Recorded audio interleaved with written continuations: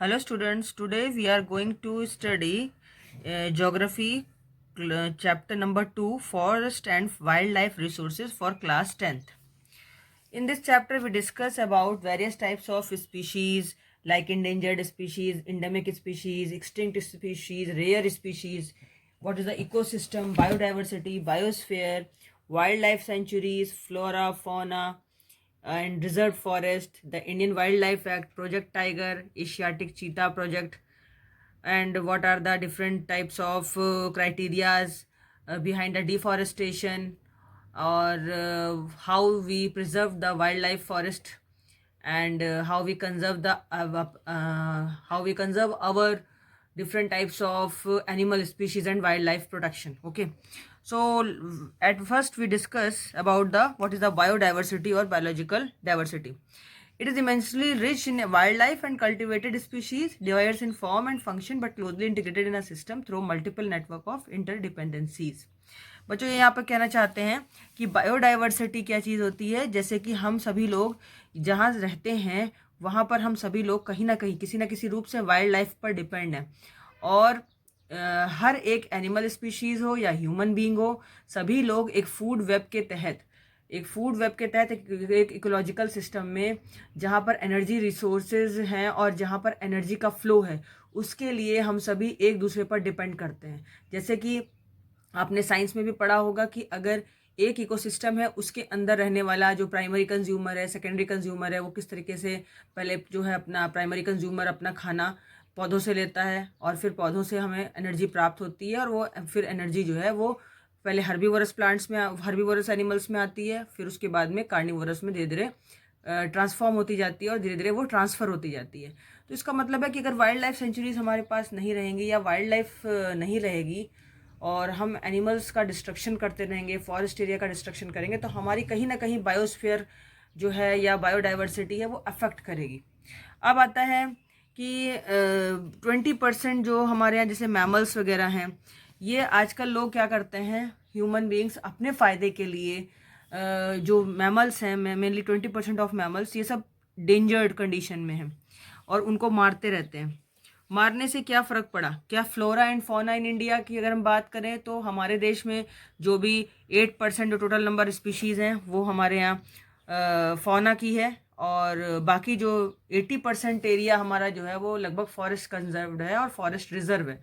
But forest की भी अगर स्पीशीज़ को हम देखें तो धीरे धीरे फॉरेस्ट की कटिंग होती जा रही है और कहीं ना कहीं डिफॉरेस्टेशन हमेशा हर जगह होता रहता है, चाहे वो बिल्डिंग्स हो, चाहे वो डैम्स हो, चाहे ब्रिजेस हों, या स्पेशल कहीं जगह एग्रीकल्चरल लैंड को बनाने के लिए भी हम लोग फॉरेस्ट की कटिंग कर देते हैं, डिफॉरेस्ट कर देते हैं हर एरिया को।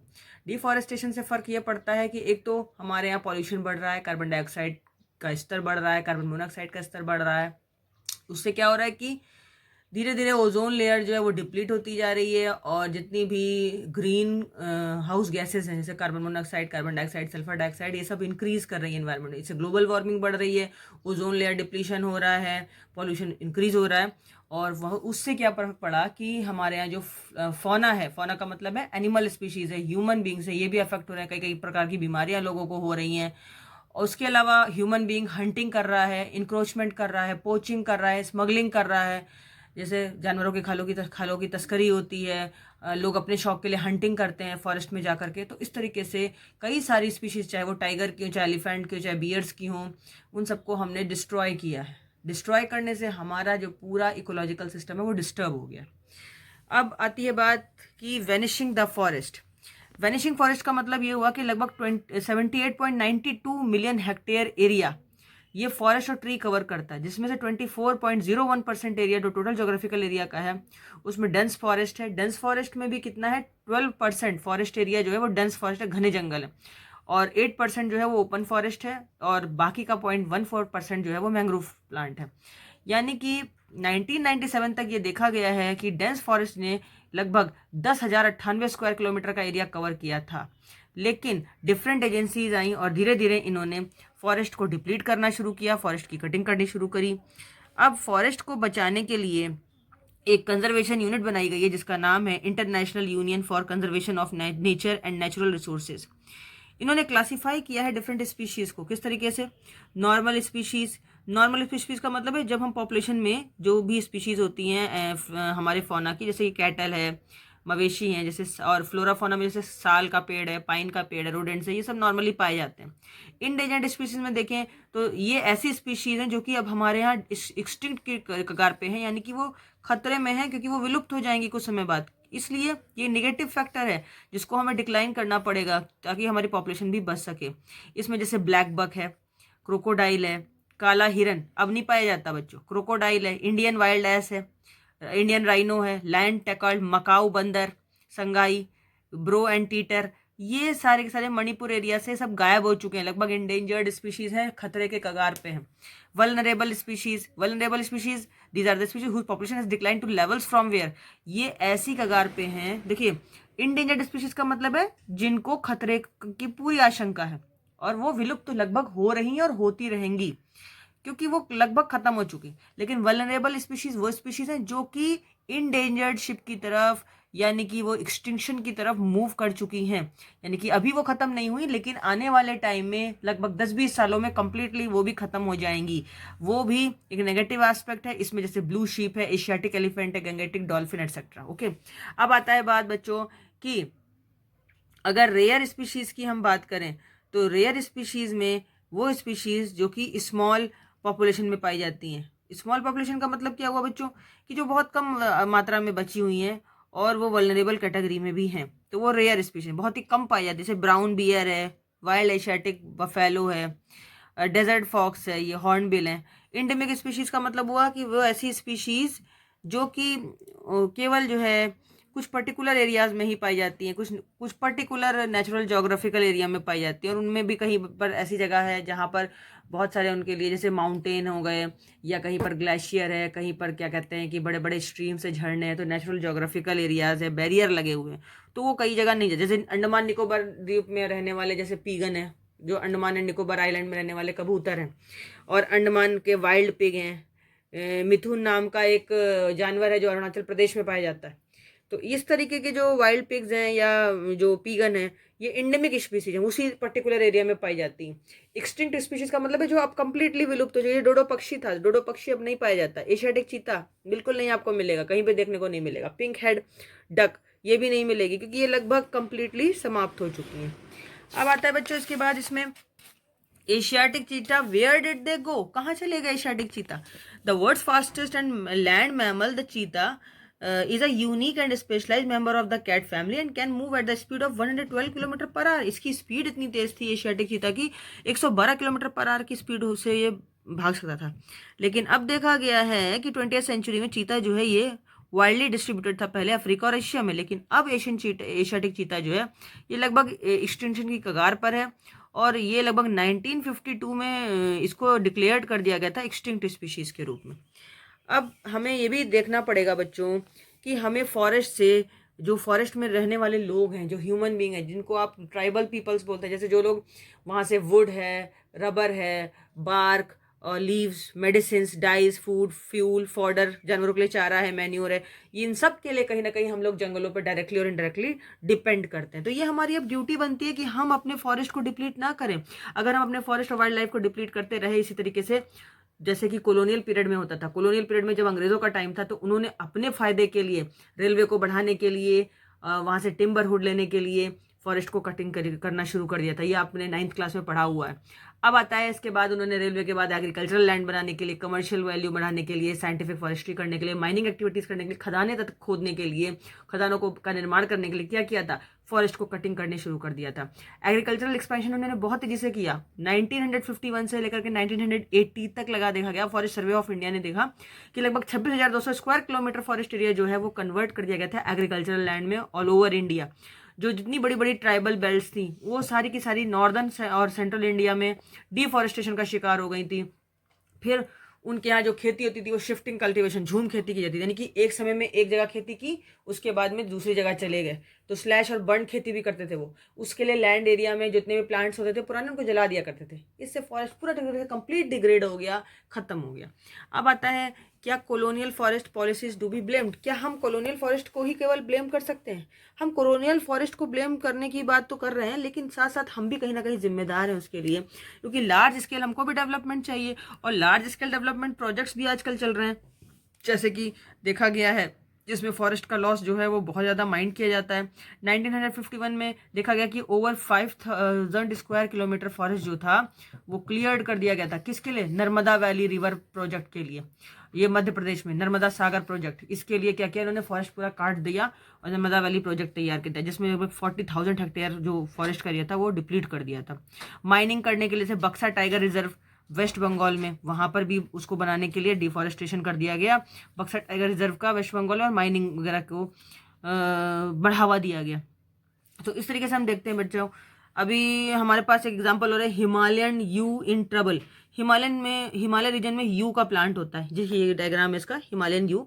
ये हिमालयन यू का प्लांट जो है ये भी लगभग अपनी इसे इसकी मेडिसिनल वैल्यू बहुत ज़्यादा है, और ये हिमाचल प्रदेश, अरुणाचल प्रदेश वगैरह में पाया जाता है। इसे टैक्सॉल नाम का केमिकल कंपाउंड निकलता है इसकी छाल से, निडल्स, ट्विग्स वगैरह से, रूट ऑफ ट्रीज से, जो कि ट्रीटमेंट, जैसे कैंसर का ट्रीटमेंट होता है ना, तो इस कैंसर के ट्रीटमेंट में ये यू प्लांट बहुत यूज़ किया जाता है। और एंटी कैंसर ड्रग बनाने के लिए इस पेड़ को बहुत तेजी से काटा जा रहा है, इसका एक्सप्लोटेशन किया जा रहा है अरुणाचल प्रदेश में और हिमाचल प्रदेश में, जिससे काफ़ी सारे यू के पेड़ खत्म हो चुके हैं। फिर आता है बच्चों, कई लोग क्या करते हैं कि हंटिंग, पोचिंग, स्नैचिंग करने के लिए ओवर एक्सप्लॉइट करते हैं, इन्वायरमेंटल पॉल्यूशन वगैरह, पॉइजनिंग भी होती है, जैसे एनिमल्स को पॉइजन दे देते हैं, फॉरेस्ट फायर्स फैक्टर्स, ये सब हमारे कहीं ना कहीं इंडिया की बायोडाइवर्सिटी को डिक्लाइन करने के लिए जो है रिस्पॉन्सिबल हैं। तो ये सब हम लोग की अब ड्यूटी बन जाती है कि हम अपने फॉरेस्ट को और अपने वाइल्ड लाइफ को कंजर्व करें।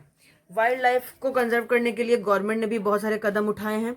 इन्होंने क्या किया कि फॉरेस्ट का समय समय पर जो हमारी गवर्नमेंट है वो क्या करती है कि वाइल्ड लाइफ कंजर्वेशन एरियाज बनाती है, और वाइल्ड लाइफ कंजर्वेशन एरियाज के लिए उन्होंने क्या किया है, जैसे फिशरीज वगैरह को पालने के लिए, फिशेस को पालने के लिए भी फिशरीज भी बनाई हैं। वाइल्ड लाइफ सेंचुरीज बनाई है, जैसे हमारे यहाँ देहरादून में ही आपको देखिए राजा जी नेशनल पार्क है, वहाँ पे कई सारे एनिमल स्पीशीज को सुरक्षित रखा जाता है। Gym Corbett national park Nainital में है, वहाँ पर भी इसको सुरक्षित रखा जाता है। चमोली में है जहाँ पर फूलों की घाटी है। ओके, तो ये सब छोटी छोटी चीज़ें हैं। और इसके साथ इसके अलावा जैसे घाना पक्षी विहार है राजस्थान में, ये सब जो पक्षियों की रक्षा करने के लिए बनाए गए हैं। तो इससे जो है वहाँ का फ्लोरा और फौना, यानी कि जो वहाँ का फॉरेस्ट एरिया है और साथ ही में वहाँ के जो एनिमल स्पीशीज हैं उन सब वो इंडेंजर्ड ना हो जाएं, वो उनकी कोई इंक्रोचिंग ना करे, उनकी कोई पोचिंग ना करे, उनकी कोई हंटिंग ना करे, उनकी खालों की स्मगलिंग ना हो। उन जैसे हाथियों की दांतों की स्मगलिंग होती है, गैंडे की खाल की स्मगलिंग होती है, स्नेक्स की खाल की स्मगलिंग। तो ये सबको रोकने के लिए, इन सब चीज़ों को प्रिवेंट करने के लिए गवर्नमेंट ऑफ इंडिया ने कई सारे वाइल्ड लाइफ प्रोटेक्शन एक्ट बनाया है, और उसके तहत जो है वो लीगली प्रोसीजर बनाए हैं, जैसे कि सेंट्रल गवर्नमेंट चाहती है कि हर समय इन जानवरों की स्पीशीज़ को बचाया जा सके, और इनको अगर कोई इंक्रोच करता है, इनको कोई परेशान करता है, मारता है, तो उसके लिए अच्छा खासा जो है उन्होंने फाइन वगैरह का प्रावधान किया हुआ है, प्रोविज़न किया है, और उनको जेल भी होने के लिए सुनिश्चित किया है। अब आता है प्रोजेक्ट टाइगर की बात करें थोड़ा सा। प्रोजेक्ट टाइगर के बारे में मैं आपको बता देती हूँ। 1973 में जो हमारे इंडियन अथॉरिटी है उन्होंने ये देखा कि 1827 जो है लगभग ये हमारे यहाँ टाइगर स्पीशीज उस समय थी, और लगभग उसके बाद क्या हुआ कि टाइगर की पॉपुलेशन धीरे धीरे बहुत ज़्यादा तेजी से उनको ट्रेड के लिए, व्यापार के लिए पोचिंग की गई। पोचिंग का मतलब होता है तस्करी करना, और उनके हैबिटेट को जनरली नष्ट कर दिया गया, और हंटिंग कर अपने लोगों के शौक के लिए हंटिंग करते थे। तो 1973 में प्रोजेक्ट टाइगर एक एक्ट आया जिसमें कि वाइल्ड लाइफ कंजर्वेशन के तहत टाइगर को प्रोटेक्ट करने की बात कही गई। और 1985 में बताइए जब ये प्रोटेक्शन एक्ट चला तो 4002 से जो संख्या थी वो बढ़ करके 1989 में 4334 हो गई, और 1993 में जो पॉपुलेशन थी टाइगर की वो थोड़ी बहुत बढ़ी, लेकिन उसके बाद एकदम से फिर घट गई, 3600 आ गई। तो 39 टाइगर रिजर्व जो है अब इंडिया में बनाए गए थे, और जिनमें जो है 32,137 किलोमीटर का एरिया कंजर्व किया गया। और टाइगर भी कंजर्व करने के लिए बहुत ज़रूरी है क्योंकि ये इंडेंजर्ड स्पीशीज़ है। और साथ ही में Jim Corbett national park Uttarakhand में, Sundarban national park west Bengal में, बांधवगढ़ मध्य प्रदेश में सरिस्का वाइल्ड लाइफ सेंचुरी है, राजस्थान में मानस टाइगर रिजर्व, असम में Periyar tiger reserve in Kerala, इन सभी जगह टाइगर का रिजर्वेशन किया गया है। रिजर्वेशन का मतलब यहाँ पे रिजर्वेशन नहीं है बल्कि कंजर्वेशन है, यानी कि टाइगर को प्रोटेक्ट करना है, टाइगर को मरने से बचना है। 1980 में वाइल्ड लाइफ एक्ट भी आ गया जो कि 1986 में बहुत तेजी से लागू किया गया, और इसमें कई सारी butterflies, moths, beetles, dragonfly, इनकी स्पीशीज़ को भी प्रोटेक्ट किया गया है, और लगभग 1991 तक इसकी 6 स्पीशीज़ जो है वो बच गई थी। अब बच्चों आता है कि जो types and distribution of forest and wild life resources, इनमें रिजर्व फॉरेस्ट है, जो फॉरेस्ट डिपार्टमेंट भी है हमारे यहाँ, आपके यहाँ जंगलात वगैरह का एरिया भी है, देखा ही है आपने। जो फॉरेस्ट डिपार्टमेंट है उसका मेन फंक्शन क्या है, तो उसका मेन फंक्शन है to reserve the all type of flora और fauna of the forest areas, जिसमें पाए जाने वाले जितने भी एनिमल्स हैं, जितने भी क्या कहते हैं कि स्पेशल जो पेड़ हैं, उनको बचाना। इनको कई सारे पार्ट्स में डिवाइड किया गया, जैसे reserve forest, protected forest. Reserve forest में देखिए more than half of the total forest land area has been declared reserve forest, मतलब आधे से ज़्यादा लगभग लैंड एरिया जो है वो रिजर्व फॉरेस्ट है। रिजर्व फॉरेस्ट हमारे लिए बहुत वैल्यूएबल है क्योंकि वो फॉरेस्ट और वाइल्ड लाइफ का कंजर्वेशन करता है। कई प्रकार की हर्बल मेडिसिन से ही फॉरेस्ट से ही आती हैं जो कि बहुत महंगी बिकती हैं, और कई सारी बहुत मतलब जीवनदायक होती हैं, जैसे संजीवनी बूटी थी उस तरीके से। फॉरेस्ट प्रोटेक्शन, प्रोटेक्टेड फॉरेस्ट का मतलब है 1/3 एरिया जो है ऑलमोस्ट वो प्रोटेक्टेड फॉरेस्ट के रूप में आता है, जो अंदर की तरफ होता है, और फॉरेस्ट डिपार्टमेंट जो है इसको बहुत स्पीड से बचाने में लगा हुआ है ताकि फर्दर यानी कि फ्यूचर में इसका डिप्लीशन ना हो। फिर तीसरा आता है अनक्लास फॉरेस्ट। अनक्लास फॉरेस्ट का मतलब ये हुआ कि ऐसा फॉरेस्ट जिसमें फॉरेस्ट भी है, वेस्ट लैंड भी है, जो कि बोथ गवर्नमेंट को बिलोंग करते हैं और प्राइवेट इंडिविजुअल्स भी और कम्युनिटीज़ भी लगी, ताकि ये भी बच सकें। तो बच्चों हमने ये देखा टोटल मिला करके इस चैप्टर में कि समय समय पर देखिए कई सारे क्या कहते हैं कि हमारे अभी आंदोलन होते रहते हैं ताकि जो है एनिमल्स की स्पीशीज़ और पेड़ों की स्पीशीज़, प्लांट्स की स्पीशीज़ भी बच सके। अभी आप ही के सामने देखिए, जैसे महुआ का पेड़ है, बैसिका लेटिफोलिया, और कदम्ब का पेड़ है, और उड़ीसा में और बिहार में टैमरिंड का पेड़ है, इमली का, मैंगो का पेड़ है। इन सबको बचाने के लिए भी वीडिंग्स वगैरह, इनमें वीड्स जो आते हैं, जैसे कि जो अनवांटेड प्लांट्स होते हैं, पीपल है, बैनियन ट्री, ये सब हमारे यहाँ बड़े सैक्रेड हैं, बड़े अच्छे और पवित्र माने गए हैं, और इनको बचाना हमारी प्रायर ड्यूटी बनती है। इसके अलावा माउंटेन पीक्स पे प्लांट्स और एनिमल्स को बचाना भी हमारी ड्यूटी बन जाती है। एक फेमस चिपको मूवमेंट आप सभी को याद होगा कि फेमस चिपको मूवमेंट हमारे यहाँ उत्तराखंड में ही हुआ है, जिसमें गौरा देवी ने सबसे ज़्यादा बढ़ चढ़कर लीडरशिप की थी, और कई सारी औरतों ने उनके नेतृत्व में, उनकी लीडरशिप में वो लोग हक कर लिया करती थी पेड़ों को, and by hugging through these womens they protect the various types of forest and trees species. तो इन्होंने क्या किया कि कई सारी पेड़ों पर जो है चिपक करके और उनको हक करके, गले मिल करके उन फॉरेस्ट, मतलब जो लोग आया करते थे उनको काटने के लिए वो फॉरेस्ट को, तो उनसे ये पेड़ों पर चिपक जाया करती थी और कहती थी कि हम अब हमें मतलब पहले आप पेड़ों को काटने से पहले हम पर आदि चलाएं, हमें काटें। तो इससे क्या हुआ कि कई लोग जो है छोड़ के चले गए और उन्होंने पेड़ों को नहीं काटा, तो इस तरीके से बहुत सारे पेड़ बचे थे। इसके अलावा देखिए बीज बचाओ आंदोलन चला टिहरी में, नवधान्य नाम का आंदोलन चला, जिससे क्रॉप का प्रोटेक्शन कर हुआ, और सिंथेटिक केमिकल्स पहले लोग डालते थे, है ना, वो केमिकल प्रोडक्ट्स से सॉइल खराब हो जाया करती थी, तो उसके लिए बीज बचाओ आंदोलन, नर्मदा बचाओ आंदोलन, वो नदी के लिए चला था, बीज बचाओ आंदोलन, नवधान्य आंदोलन, इससे सॉइल का प्रोडक्शन किया गया। अब forest management, joint forest management India में बहुत ज़्यादा प्रोग्रेसिव कर रहा है इस समय। ये बहुत अच्छा एग्जांपल है बच्चों, ताकि लोकल कम्युनिटी, इसमें लोकल कम्युनिटीज़ भी शामिल होती हैं और गवर्नमेंट भी शामिल होती है, जिससे कि वो खराब लैंड जो होता है फॉरेस्ट एरिया का, डिग्रेडेड लैंड, उसको भी बचाने का काम करते हैं और उसका सुधार करते हैं। 1988 में क्या हुआ कि उड़ीसा जो स्टेट है उसने पहला रेजोल्यूशन पास किया था जॉइंट फॉरेस्ट मैनेजमेंट का, जिसमें वो जो डिग्रेडेड लैंड था फॉरेस्ट एरिया का उसको भी सुधारेंगे, उसमें जो बायो फर्टिलाइजर्स है, मैन्योर्स हैं, वो डालेंगे और उसकी मिट्टी को भी सुधारेंगे और उसमें से इंटरमीडिएट प्रोडक्ट्स वगैरह तैयार करेंगे, और कई सारे टिम्बरवुड उन्होंने उगाए भी थे इससे। तो ये बच्चों यहाँ तक ही है ये चैप्टर। अब ये चैप्टर यहीं पर फिनिश होता है। तो हमने ये देखा कि यानी कि पेड़ पौधों को बचाने में सभी to conserve the whole wildlife and for to conserve the flora and fauna in any area, or to conserve the whole forest area and wildlife. This is our prior duty to conserve all these flora and fauna to prevent our ecosystem for any type of disturbances, and it is our prior duty and it is very our prior obligation towards society and towards community, or for the welfare of the citizen, for the welfare of our country also, that we have to conserve all types of forest and endangered or every type of wild species. So thank you, and in my next video we will meet soon again, and I hope that all of you are well and takes all precautions. So till then, goodbye, and please like and share my videos.